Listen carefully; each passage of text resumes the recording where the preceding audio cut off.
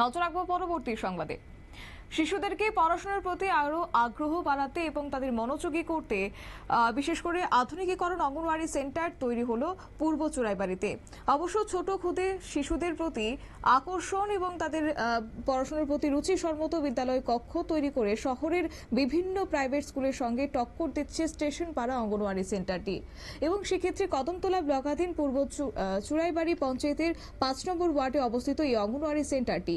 এই সেন্টারে প্রায় ৩৩ জন খুদে শিশু রয়েছে এবং ৩ জন গর্ভবতী মহিলাও রয়েছেন, যাদের প্রতিদিন মিড ডে মিল প্রদান করা হয়। অন্যান্য অঙ্গনওয়াড়ি সেন্টারগুলি যেখানে বিভিন্ন সমস্যায় জরাজীর্ণ অবস্থায় রয়েছে, সেখানে এই স্টেশন পাড়া অঙ্গনওয়াড়ি সেন্টারটি সার্বিকভাবে বহু গুণ এগিয়ে রয়েছে। তাছাড়া পড়াশোনার খুদে শিশুদের মনোযোগী করে তুলতে বিভিন্ন শিক্ষামূলক দেওয়াল লিখনও করা হয়েছে। পঞ্চায়েত সদস্য অসিত দে জানান, পঞ্চায়েতের বিভিন্ন কাজের ফান্ড থেকে ক্ষুদ্র অর্থ ব্যয় করে তিনি এই সেন্টারটিকে বিভিন্ন সাজে সাজিয়ে তুলেছেন। কি রয়েছে বক্তব্য শুনুন। আমার মনে হয় ত্রিপুরা রাজ্যের মধ্যে এরকম একটা সুন্দর স্কুল পাইতে না, কারণ অঙ্গনওয়াড়ি স্কুল ত্রিপুরার জন্য প্রথম যে তারা সৃষ্টি করে উদ্দেশ্যটা কি দেখো কি কারণ। অতীতেও কিন্তু এরকম আইছে, অতীতেও আমরা মাত্র আমাদের সরকার চলার কত বছর 10 বছর 7-8 বছর দাঁড়িয়ে পঞ্চায়েত ফার্স্ট এই টার্মের দ্বিতীয় পঞ্চায়েতের প্রথম সদস্য এই পঞ্চায়েতটা জিতে মানে এই ওয়ার্ডে প্রতি করে করবে। আজকে আমরা আনন্দ লাগে, নিজের সবচেয়ে গর্ব যে আমরা এই পরিশ্রমটা আজকে সার্থক, একটা সুন্দর রূপ দিতে পারছি।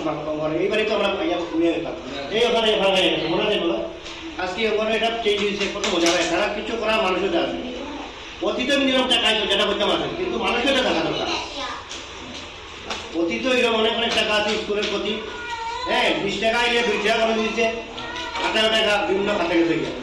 আমরা মেম্বার যারা সবার ইচ্ছে কিছু করিয়ে দেখাইতাম, কিন্তু এই যে আজকে এটা করা মানে কিনা দেখুন আপনারা গার্জিয়ানরা, মেইন উদ্দেশ্য কিনা বাচ্চারা একটা পরিবেশ খাইতে হয়, যেমন ফ্যামিলিসে বইব, রঙিন রুম দেখবো, বিভিন্ন ছবি দেখবো, একটা সুন্দর পরিবেশ, স্কুলে যাবো, ইন্টারেক্ট থাকবো।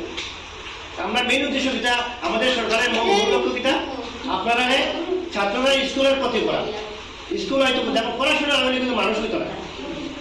একটা ছাত্র ছোটবেলাতেই যখন অঙ্গনারী মেয়ে বাড়িতে মানে আপনার অঙ্গনাতে শিক্ষা ব্যবস্থা কথা ভালো হতে হবে। আপনারা গার্জিয়ানরা সচেতন হইবা, তার উদ্দেশ্য তখন স্বাস্থ্য করবে যদি আপনারা সহযোগিতা করেন। তার উদ্দেশ্য কিনা লাগিয়ে যে ছাত্ররা আইতো আপনাদের গার্জিয়ানরা ছাত্ররা বাদে আজকে ম্যাডামরা কত কষ্ট করে আপনারা বাচ্চারা মানুষ করা লাগে। এমনকি তার খাওয়া দাওয়ার ব্যবস্থা আমরা গভর্নমেন্ট করতে কিনা লাগিয়ে যারা খাওয়া লাগিয়ে যায়।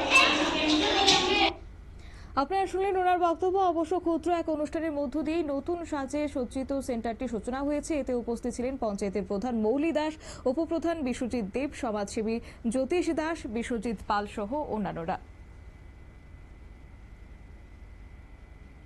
নিয়ে নিচ্ছি ছোট্ট একটি বিজ্ঞাপন বিরতি, সঙ্গে থাকুন।